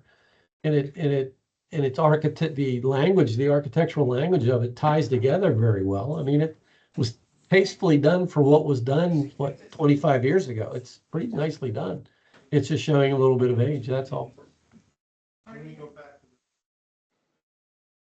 So the reason for this being slanted up to the right, that's architecturally, or what's your rationale? Just different? It's just to give it a little bit of interest, a little bit of a flair. And again, then the arch in it is, to me, it had two purposes. One purpose to express a little more of the Mediterranean language of having the arch in it. And it also helped emphasize the logo, because the Pelican sticks up above the vertical lines of the Pelican Preserve fonts. So then you have the Pelican in the middle, so it helps express the language of of the Pelican symbol in the logo. And I Okay. thought that was, it really helped to bring out the logo. Okay. Is it possible to put in behind the medium and the walkway number two, two poles with a bar going across the road at 9 feet, 6 inches? No, it's not possible. Well, I would like to see it, I would like to see it virtually displayed before we actually put one up. Oh, well, who says we're putting one up? Well, it's been discussed during Been the discussed, and safety and decided. security. I think that was more super. Well, wouldn't you, if you were going to do something like that, would it make sense to do that at your, right at the gatehouse though? Never mind, I'm overruled. Yep. Oh, you're used to that. Okay. Well, I think this helps us get a much better sense of what could be. And obviously, we're not in the pull the trigger phase of anything right now. We've got a lot of communication, a lot of, We don't have any estimate on price. we don't have any estimate on pricing, unless you had something on that, didn't you? I mean, I could. I wanted to wait until I Yeah. got some definitive feel from you guys as to what you would want to express as this is a design we want to go with, and then I could help you with some schematic numbers on it. We call it an order of magnitude cost estimate. This is Ed. I like the layout, the symmetrical kind of the scale of things, and I personally really like the design. My only problem is, to me, it's losing too much of the Mediterranean. It doesn't tie into our existing architecture enough, but. Well, trust me, I thought long and deep about that because you're right. But if the architectural style of even when you look at the main signs, when you go to the town center or the clubhouse, and then each of I think of the individual neighborhoods, there's 3, I think, primary different designs of each, or they're pretty much, it looks like each community is one of 3 styles. Is if you just took those styles and then just changed the materials to match this, I really don't think they would look like they were disjointed. I think the secondary impact you would have is if you pulled the trigger to do something like this to change your main entrance, you would just have to change the material that was expressed on your existing signs throughout the community. And that way they would tie right together. What material are you talking about? The stoneware, the what? I was thinking you'd go with coquina, or you could use some granite, and just using some granite to give it there's a lot of different ways we could express the way we show the signage. So I mean, if right now I just went with kind of a stacked coquina look, coquina rock. But if you guys wanted to see a different variation, we could go with maybe a granite face. And granite is very Mediterranean. I mean, most of the granite we've had for decades came from Italy. Right. So I mean, having granite in there does not break from a Mediterranean feel at all. And again, I really think you could capture what is proposed here by just changing the material to your existing signage without redoing it. Or maybe if you redid anything inside of the community, maybe it's just signage going into the community center and the clubhouse. Maybe those are the only 2 you do. But all the community signs, I think you just reskin them. They're just using some material. I don't think they need to be redone. Do you have any recommendations? 6 inches driving through the entranceway? Oh, okay, already. Go ahead. I'm sorry, was there a question? I didn't hear it. There was. This is Marty. Do you have any recommendations on how we can inches driving through and hitting our main gate structure? You must have other developments where they have something in place, a warning sign, I don't know, laser lights. Again, I'm sorry, it kind of, I didn't hear specifically your question. I'd be happy to answer it. I just didn't hear it. My question is do you have any recommendations on how to prevent trucks greater than 9 feet 6 inches from going through our gatehouse and hitting the structure. Hire better drivers? No, I'm Ah. sorry. I'm being sarcastic. I'm sorry. No, we You know, actually that have, is, that's there's a an huge agenda item issue. coming up, yeah, Yeah, on okay. safety and security for some options to help Right. deter that from happening, so. Okay, I think One of the this has most- given us what we I'd- were looking for, correct? Just to answer that It's up- question, what I found, Yeah, at least in some of the situations I've been involved with, is a lot of times you get into bollards. Bollards is a good way of controlling things, but they're not the most sightly solution. But they certainly work from keeping people from banging into your architectural elements. Yeah, thank you. Okay, All right, so I don't think we have any further direction for Bill. I think it's just, is there anything else that you need from them at this point, Bill? Just if any direction where we want to go right now, or is this just something? Because I remember the last time we spoke at SD that the idea was to take this to the community to get their feedback. Is there anything you feel this document needs to be a little more communicative to the layperson that would be looking at these? I'd be happy to add it. yeah, we would need a estimate. John has his hand up too. John?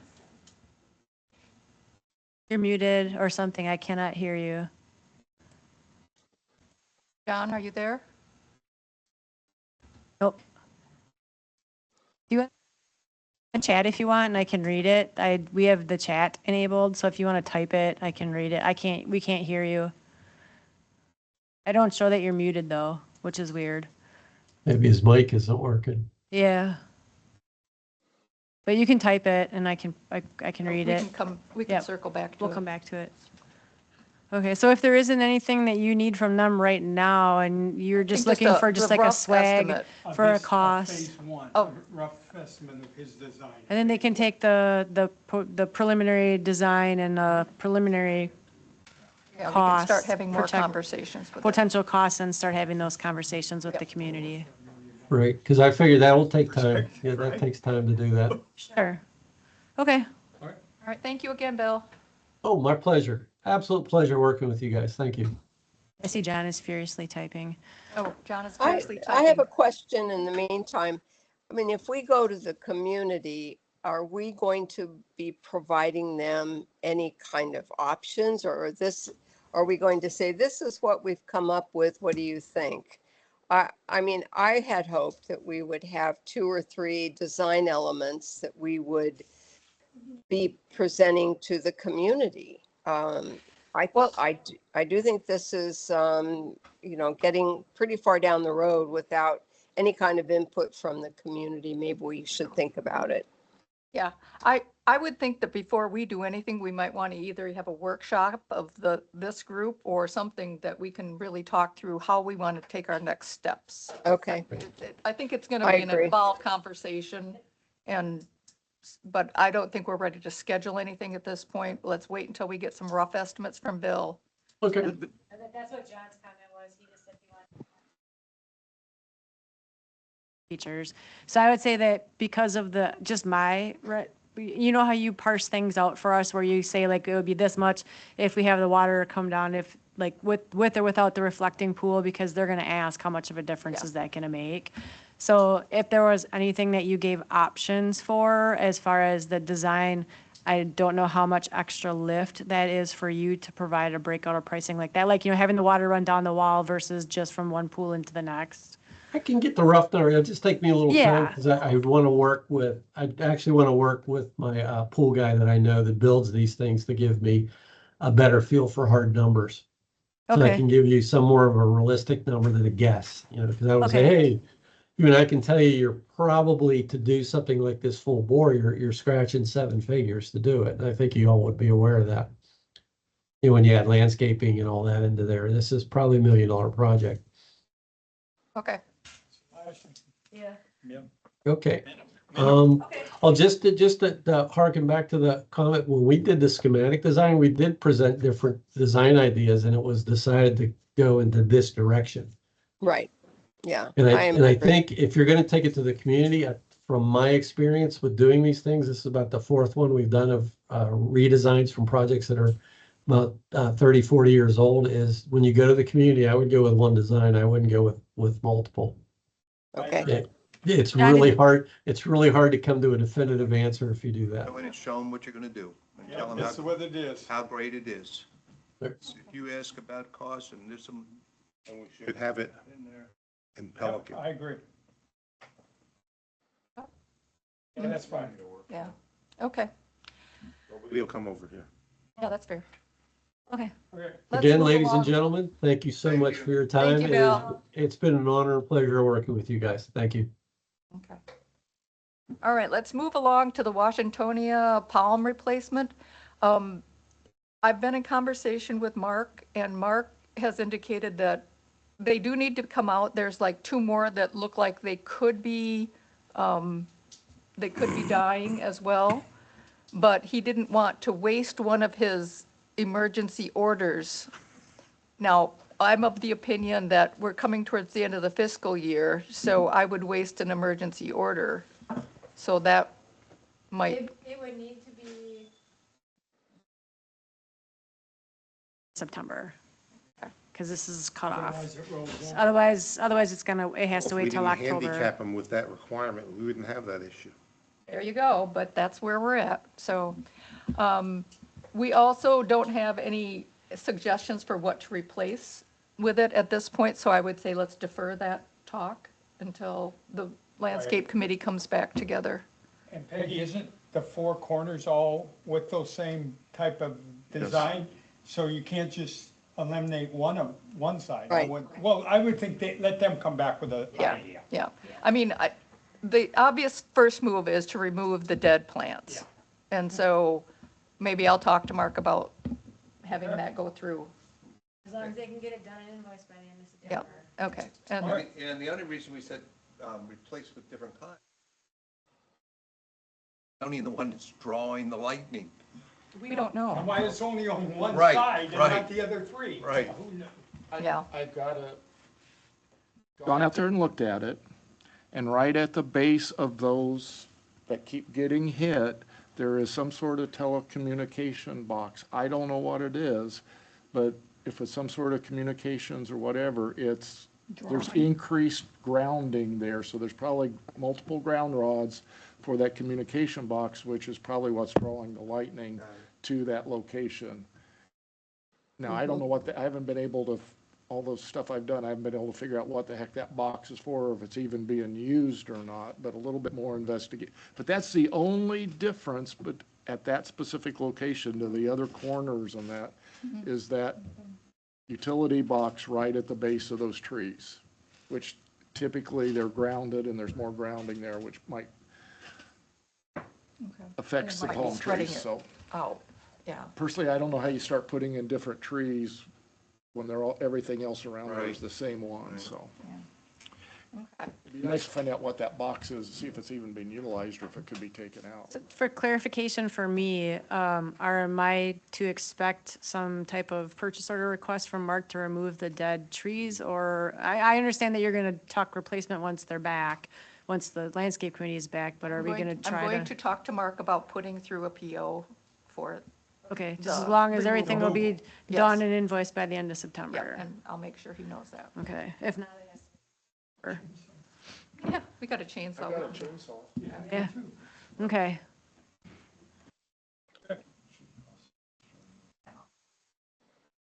All right, so as most of you know, because a lot of you were there, the ponds committee did request to keep their budget at 650,000 to do pond 21 in FY '27, but they would also like to use $350,000 from the PPAC unassigned reserves so that the net impact of the pond work is $300,000 to the community.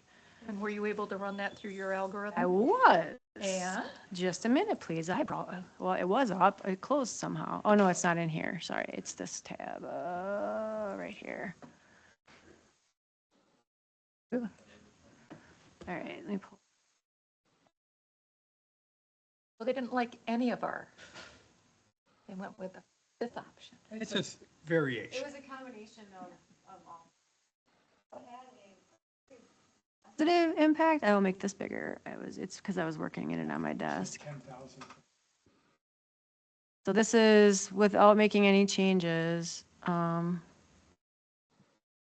It actually puts it at a negative 3.5% for single family, negative 5.3% for Pelican Preserve, and 4% increase for the golf course. Which was much better than it was before. That was positive. So you actually have a decrease in your assessments for next year. So What if we increased our capital reserve fund?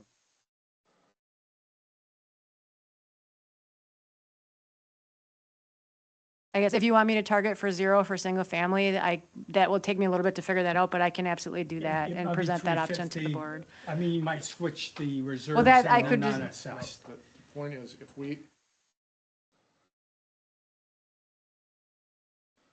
Pelican capital reserves, that gets split, allocated across everybody Correct. equally. Yes. So it doesn't have as much of a impact to the golf course as if it was. It gets applied as an admin expense, which takes it equally across everyone.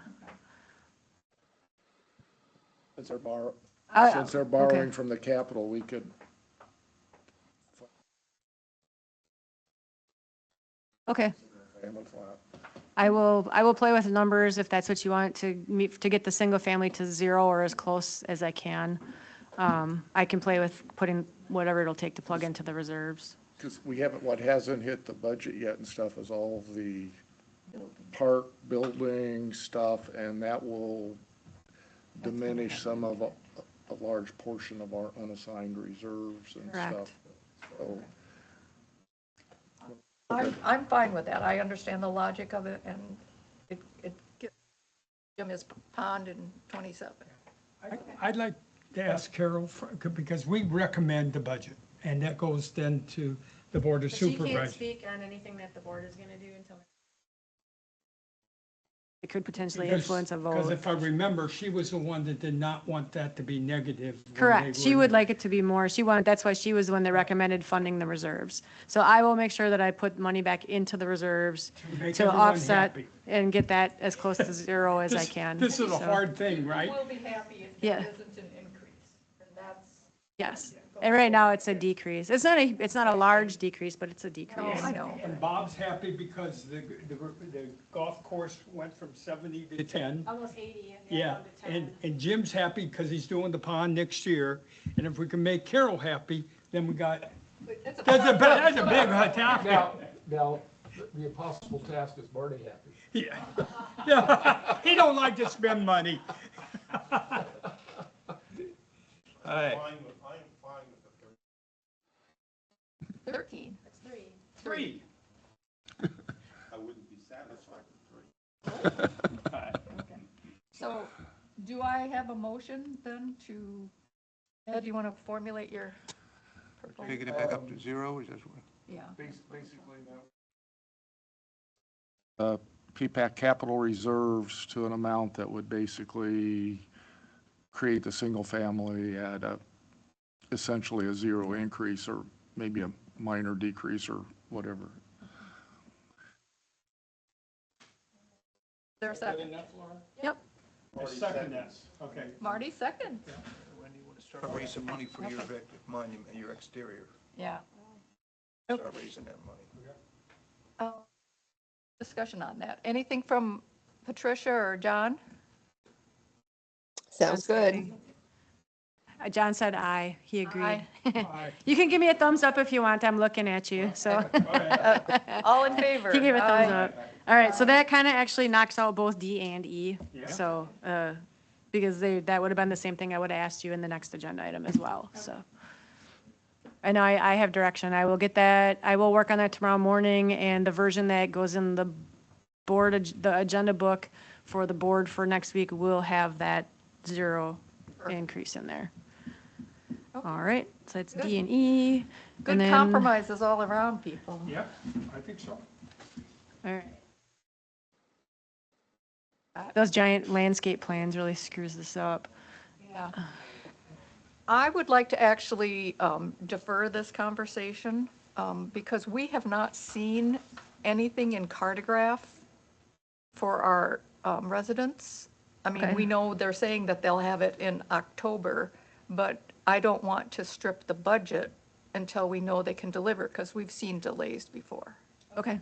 It's ready, it's actually, they had a meeting this morning. I got caught up in something I wasn't able to join, but they're ready to flip the switch, I guess, so if you needed it, but I understand. Yeah, I understand. So what you're, Portion of that no matter what. Autograph? Yeah, we're paying for that and not utilizing it right now. Yes. Yeah. We utilize it in the C-Click Fix ties into it for an asset management. it's the district's asset management system, which also includes the assets in Pelican Preserve. It's our C-Click Fix, it's all of that, so. It's not as It's a- robust it's a- as the one we have. I don't believe it is. Well, No. this is. Ed's our guy. Got a meeting, I guess, a 30-minute meeting next Friday, I think, to see some of this. Our point is, we want to continue with Passarella for at least the next year to be able to do things. We have no clue what they have actually put into the Cardatech system. When they pulled it, we've been continue to do updates and put things in all summer long, all fall. And so just, to me, we need, even if we go that route, we need a year of transition to understand and to make sure that everything is there. And even the possibility of, should the community association take over part of it, because there's a lot of information in there around town center and other things that, and as the community association does certain things, it may be advantageous for them to take over the maintenance of the Passarella system for a public-facing view. We don't know what's been built in there. There's a lot of stuff in there, so. Well, that's something where there was a breakdown of communication too. So if you guys are adding stuff into on the Passarella side, we need to know here so we can get ours updated as well, because we're trying to mirror what you have. But Laura, the thing is, there's been no communication from the district to PPAC or any of the committees about what they are doing with, Tetra Tech is doing with the cartograph system. Okay, I know Tetra Tech and Passarella are working together. I am out of this project. I know that it's taking place. I'm not intimately involved in the project, but I'm just saying, there's been not no great communication. communication Yeah, I from the agree. district about it. I'm going to give 50. That is just for Passarella, just for you guys. Yeah. So why isn't that worked into the methodology where Gateway pays a portion of that? That's only for your Pelican site. Well, how about if we said we didn't want to be a part of it? You- Don't want to pay the 20. No, seriously, I mean, we're not using it, we don't benefit Well, from it. click fix stuff. But it's not so much for the resident facing side, it's for all. Irrigation, it's for the sewer, it's for the water meters, it's for the C-Click Fix, it's for all of that. It's not the pretty pictures to click on to see who owns it. There's more to it than that. And that's what you're paying to maintain. Or, I could be wrong, but what type of security, because like all the subgroups use that GIS system all the time. The residents have access to our GIS system.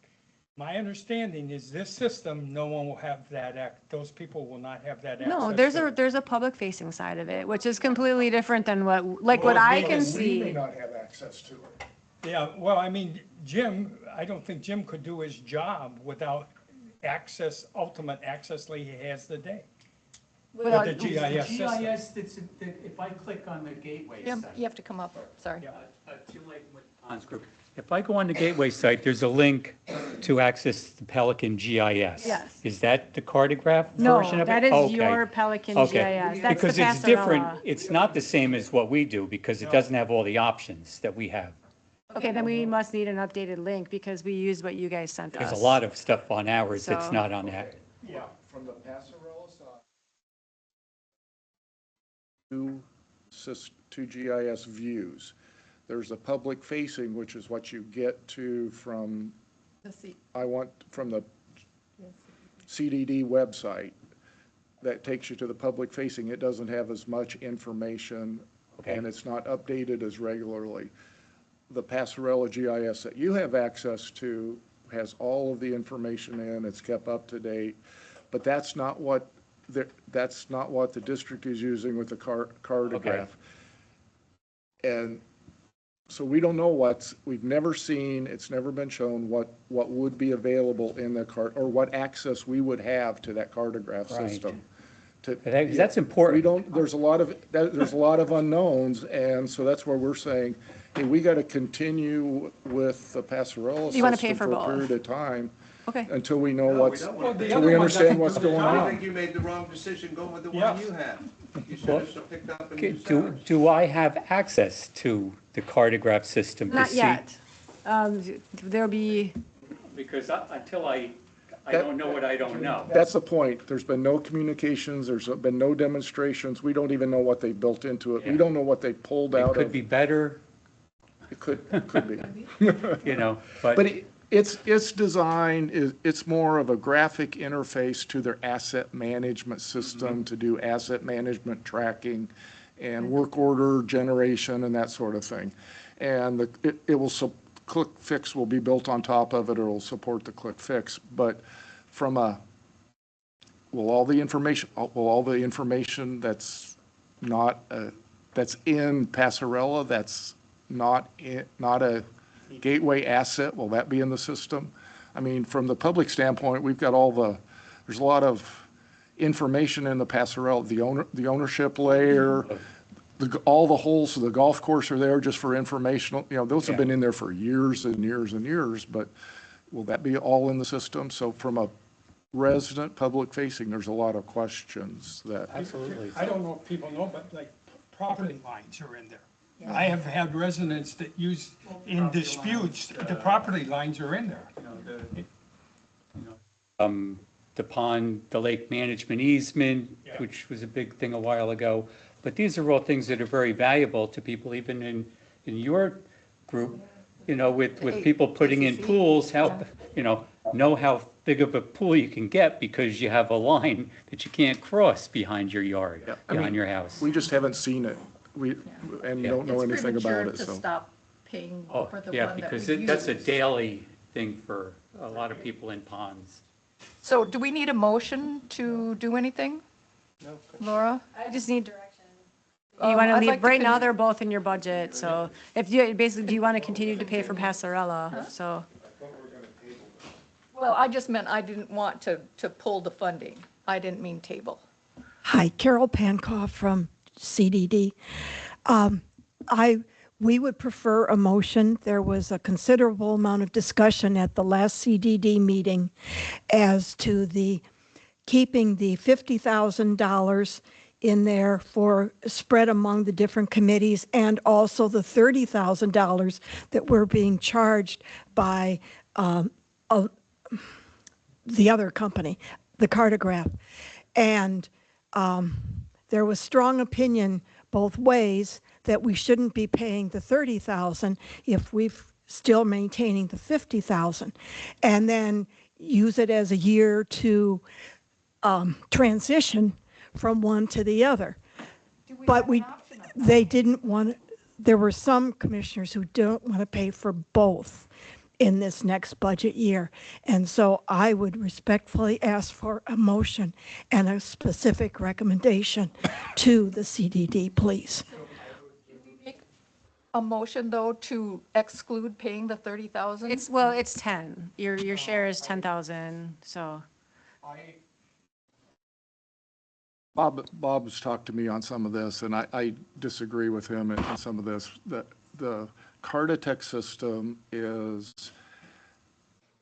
their system for doing asset Right, I recognize management. that. And the pond's work order system is tied into that. The Click Fix. I believe we have to pay, Pelican has a portion of that to maintain those assets, so we need to fund that.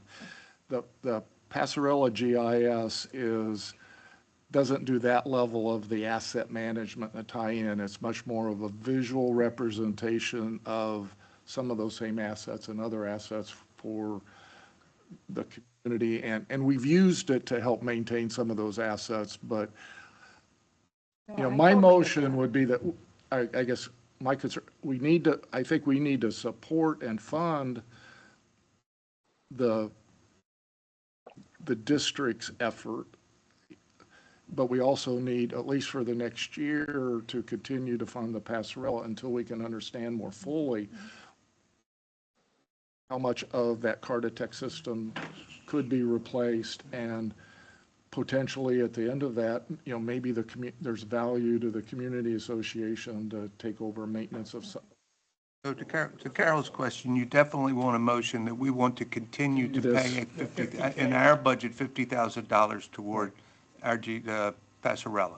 So that is currently how your budget is set. And fund, So- and his comment was, and fund the 10K for this, the thing that we need for some of the other stuff, Click Fix, all these other things. We need those things. Right. And that's to continue to bring the data from your Passarella into our system Right. as well. So of the $60,000 that we're paying for GIS services, 10,000 is being put into the Pelican budget. That's the real number. 10, yes. It's not worth. It's 20 for us, 10 for you, and 30 for utilities, so. Yeah, So is but that the motion then? Yeah, I second that. That's how it's in the budget, so. to continue the 50 and to So- continue and to be a part of the other one. So the, Someone clarify what the motion is for me. the motion is by Ed that we will continue to fund for the next fiscal year the Passarella contracts for the GIS system while we look to transition over to the cartograph. But we will also continue to pay the 10,000 for the asset management portion. So it's a $60,000 motion. Except it's two separate budget lines. 50's in our budget, 10's over in Yeah. somewhere else. 10,000 is. It gets in the administrative charge. And that's the way the budget is right now. Yeah. That's the way the budget sits today. Right now, the budget is that way. Okay. the 50,000 for Passarella plus. The 10,000 that goes for the Okay, Tetra so the Tech. motion was by Ed, the second was by Doug. Any other discussion? Anything from Patricia or John? Nope, we're good. We got a thumbs up from John? Yep. Okay, all in favor? Marty says aye. Aye. Aye. Aye, okay. Marty said aye. And aye. I'm so proud of him. Down on a piece of paper. Okay, what do we have next then? I don't have any That's it. other, I don't have any additional updates because I gave mine when we talked about. Yeah. Mine was what's going on. Yep, I know, that's why I'm trying to get us out before 4. One, All right, any, so Marty, do you have anything? I have nothing. I'll just restate my displeasure with the lining and particularly as it relates to the circle at Prado. I want it on the record. I don't want it. I heard, yes. I have nothing. tomorrow, there is a presentation to the board on, the community association is looking at upgrading the control system for the irrigation system. And there will be some, if we move forward with that, there will be some impacts to how the irrigation system is operated and maintained, and the landscaping has a portion of that, but that is really starting. And it kind of ties into this whole GIS thing, because as they go through and redesign, one of the things that we found is we don't have a lot of records of the existing system. So when they go through and do the design, part of it will be locating all the valves and things like that. And to have a system to record that information will be very helpful. EVC doesn't show up on ground penetrating radar. Thing I have is, I will not be here next meeting, but I'll be able to join, Okay, going to a 3-day rock concert up in Destin. you go, you go. Yeah. Patricia, do you have anything? No, nothing? Thank you. And John has nothing? Okay, I will be here for the next meeting. you will be, okay. I will. I thought you would be going to Africa. No, I'll be back the 5th. Okay, So everyone should be here except for. It'll be online, as far as I Yeah, I know. can be online. Okay, all right. motion to. We have a motion, I've seconded it. Second. So motion by Marty, second by Peggy, all in favor? Aye. Just, Thank you, guys. just so you know, at that room that we were up there, Tom, with all the